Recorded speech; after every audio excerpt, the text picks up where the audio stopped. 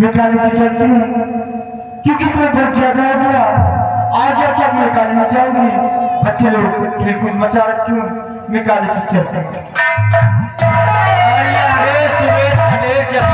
200 रुपए को भाई और ये आगे शंकर भाई 100 रुपए को भाई, यही ग्राम सभा साथ में पुट्टी पासी यही ग्राम सभा 50 रुपए को भाई और साथ में गरीब भाई 200 रुपए को भाई। बाद में और बढ़ा देंगे।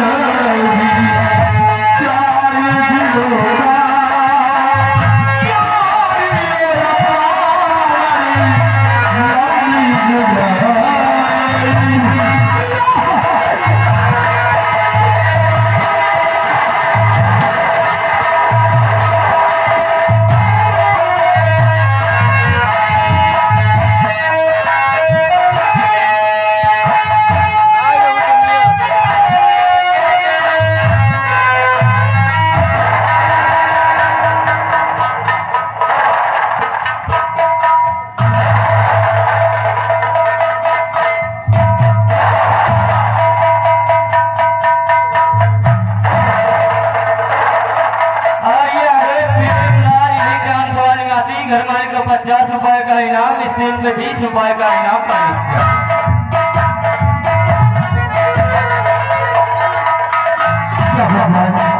ये रचवान आवाज सुन रहा है, कैसे ऐसा गलत नहीं हुआ या किसी ने खून कर दिया हो, मुझसे देखते हैं।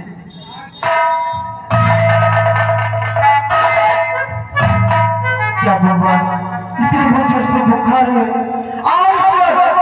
इसे दवा की जरूरत है।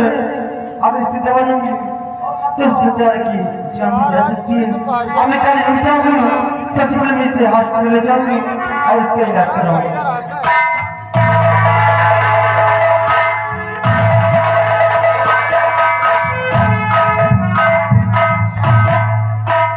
क्या भगवान, ये लोग इतना अच्छा है कि मैं इसे उठा भी नहीं पा रहा हूँ। हे भगवान, कोई ऐसा लगेगा फैसला भेज दे ताकि इस बेचारे की मदद कर सके। आज मैं उसकी कोई मदद नहीं कर सकती हूँ, मैं काल कर चलती हूँ।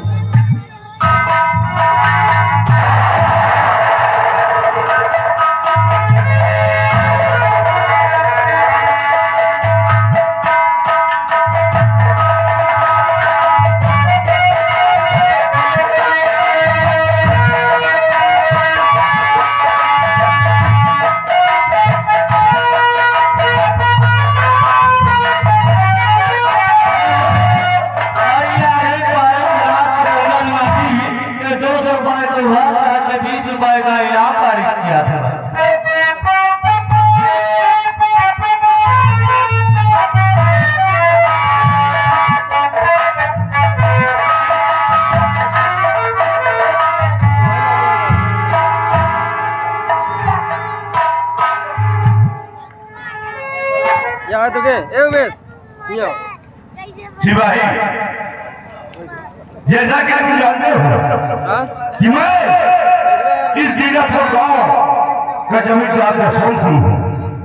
ईश्वर ने मुझे सब कुछ दिया है, धन दौलत इज्जत शोहरत हर तौर से मुहैया किया है। और इतना ही नहीं, ईश्वर ने मुझे एक बेटी भी दिया है जिसका नाम रेखा है। लेकिन सिपाही, मेरी बेटी रेखा वो एक प्राइमरी स्कूल की टीचर है जो बच्चों को पढ़ाने जाया करती है। लेकिन ऐसे समय से आ जाया करती थी, लेकिन आज तो समय बहुत ज्यादा हो गया है, अभी तक वो लौट कर नहीं आई।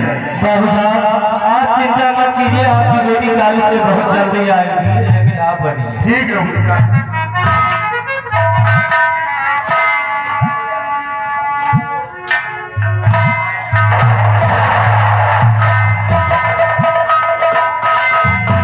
बेटी रेखा, ये लड़का कौन है जो उठाकर तो अपनी हथेली लेकर आई है? खाना लाला। बाबू जी, आप किस लगी बातें करती हैं? हमारे साथ तो कोई लड़का है, आप किसकी बातें करते हैं? बेटी रेखा, मैं जानता हूं कि बचपन में तेरी माँ का स्वर्गवास हो गया है और तुझे पाल पोस कर मैंने तेरी बड़ी सजानी कर दिया है और तू बहुत कमजोर कोई की है, इसीलिए बहुत जल्द अपना आपको खो बैठती है। अरे अभी अभी अपने साथ में इस लड़के को लेकर आई है और करीब में कुछ नहीं जानती। खाना लगा। ओ बाबू जी, आप इस लगी बातें करती हैं? हाँ बेटी। बाबू जी, जब मैं कॉलेज जा रहा थी तो मैं जो रास्ते में पड़ा था। या रास्ते में पड़ा था? हाँ बाबू जी, आज जब मैं इसे देखी तो इसकी बहुत जोर से बुखार था, मुझे मैं से उठाना चाहिए। ये नौजवान इतना वजन था कि मैं तो इसे उठा भी नहीं पाई। मैं तो उसे छोड़ के अपने कॉलेज में चली गई, ये न जाने कैसे, मुझे कुछ नहीं मालूम। मेरे रेखा, है कोई बात नहीं, इस बच्चे के साथ तूने बहुत बड़ा उपाय किया है जो उठाकर तू अपनी हवेली लेकर आई। बेटी तुम घबराओ नहीं, इस बच्चे को मैं अभी देखता हूँ।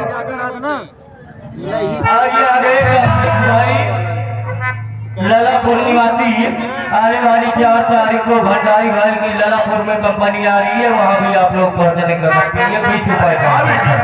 इस बच्चे को तो बहुत तेज बुखार है और मुझे लगता है इसीलिए इसे कुछ भी होश नहीं है। हाँ बाबू जी।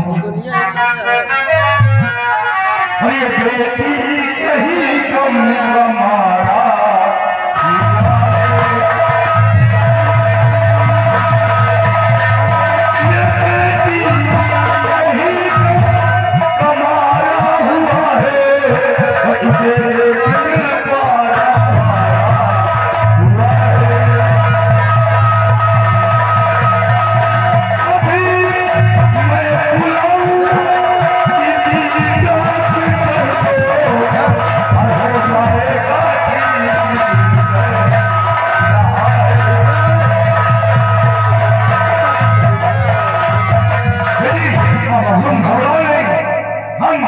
इस बच्चे का इलाज कराएंगे और ईश्वर ने चाहा तो बहुत जल्द ठीक होगा। सिपाही, इस बच्चे को उठाओ और हमारे बेडरूम पर लेकर आओ।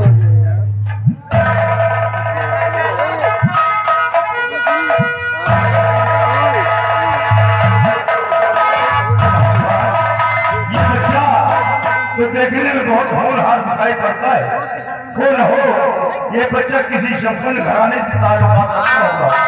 लेकिन सिपाही, हम पहले इस बच्चे का इलाज कराएंगे और जब इसे हो जाएगा तो मैं इसे जानकारी करूंगा ये बच्चा कहाँ का रहने वाला है। हम तो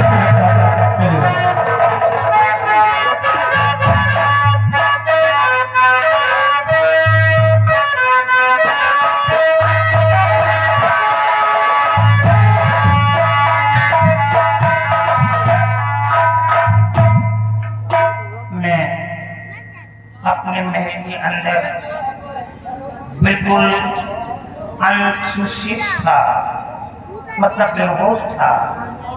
सडनली अचानक मेरे को जब विशेष हुआ, होश आया तो देखता हूँ कि मेरे घर के जो भी सर्वेंट थे, वर्कर थे, वो रास्ता बहुत एक शौक से भाग खड़ी, कोई नहीं बचा, सिर्फ मैं अकेला था। और आज 3 दिन हो गए हैं मैं अपने बच्चों की तलाश में निकला हूँ, बट मेरे बच्चे मेरे को नहीं मिल पा रहे हैं। भगवान ने तो मेरा सब कुछ ले लिया, सब कुछ ले लिया, कुछ नहीं बचा। लास्ट में कम से कम मेरे बच्चों को मुझसे मिला दे, और ये भी नहीं कर सकता है तो क्यों जबरदस्ती की जिंदगी मेरे को जिला रहा है। मैं ऐसी जिंदगी जीना नहीं चाहता है। मैं ऐसे जहन्नम की आग में क्यों जलता रहूंगा। मुझे भी दुनिया से उठा ले, या तो मेरे बच्चों को मुझसे मिला दे।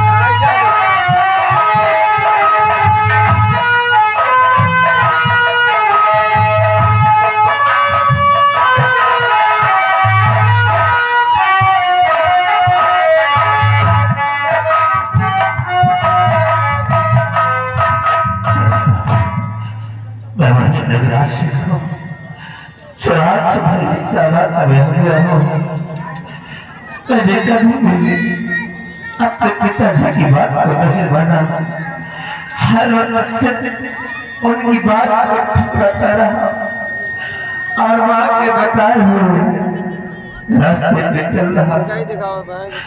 आज क्या वजह है अपाहिज की जिंदगी जीने के लिए। काश मुझे अपने पिता को पिता समझता, भाई को भाई समझता, बहू को बहू समझता है। क्या आज देखने को राजा ने मेरे हाथ काट कर मेरी माँ को दुनिया से उठा दिया।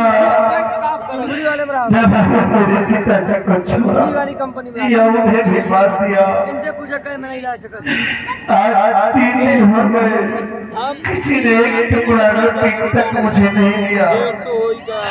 लोग देखते हैं तो मुझसे मोड़ देते हैं।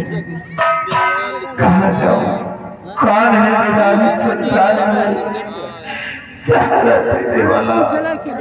माँ तेरे तो दुनिया से चली गई, क्या मेरी हालत हो गई है माँ।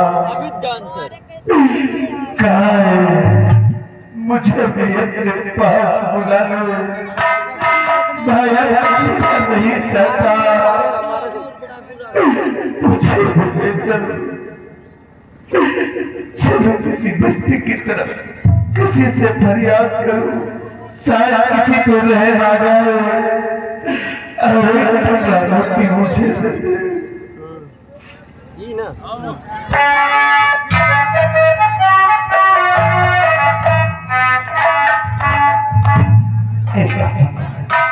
ये रोटी और लेकिन भाई सब मुझे मिला नहीं। मैं तो इस एक कली का धूल हो गया। किसी मैं इसे शर्म बनाओ।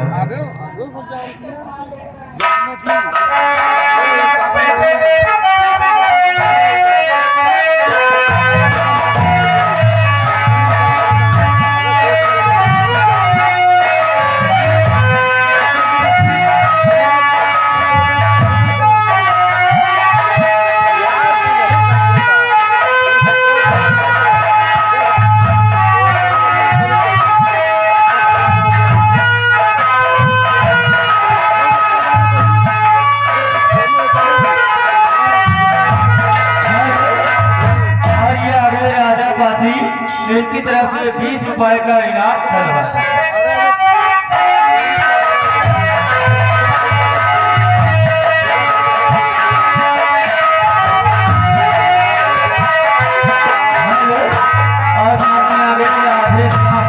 एक गाँव निवासी 100 रुपए को 10 में 10 रुपए का इनाम पारित किया।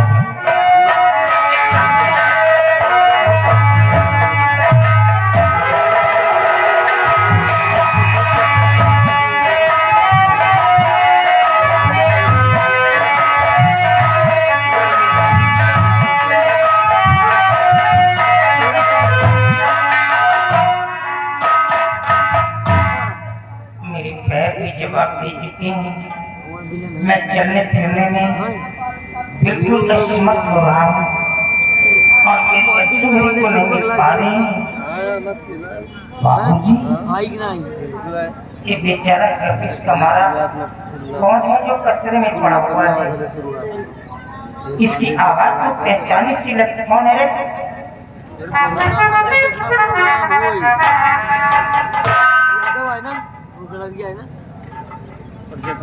वही प्रजापति गणगिया ये तो मेरा बेटा। अरे इतने बड़े जमींदार का बेटा और आज इसके सिर पर हुआ है। इसे देख के मेरी हमारे सेंटर में तो एक दिन वही बबीरवा हाँ वही बबीनवा के ना मर जाऊंगा बस मर जाऊंगा। ये सब क्या कर रहा है? दुनिया के 500 इतने दिनों में मैं खेत में राज कर रहा हूँ, तुम घर क्यों नहीं आया? यार गुरुजी जान अरे तेरे को खाना नहीं चाहिए था। गाना ज्यादा पैसा कसम सुन देखिए क्या हालत है मेरी कमी से बची। आज 3 दिन हो गए, किसी ने एक टुकड़ा रोटी मुझे नहीं दिया। मेरे पिता ने कम से कम आप मेरे हालात से तरस अरे अपने हाथ से मुझे पिघला दो।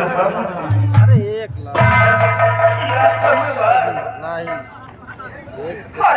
1 करोड़ रुपए में गरीबों में हमेशा तस्कीन करता रहा, हमारे पास है लेकिन आज इसका नतीजा ये निकल रहा कि मेरे ही औलाद कचरे में पड़ा तड़पता है और किसी ने एक टुकड़ा रोटी तक नहीं दिया। हमारे पास है मैं खिलाऊंगा पिलाऊंगा नहलाऊंगा खिलाऊंगा जब तक कि मैं तेरी सेवा करूंगा। किया कम अच्छा हो बुरा हो 10 सेट लगाऊंगा है तो मेरा बेटा, मैंने तेरी परवरिश की है बेटा। 120 वाला कह देंगे। मैं अपने बेटे को ही हालत में कैसे छोड़ सकता हूँ? चलिए सब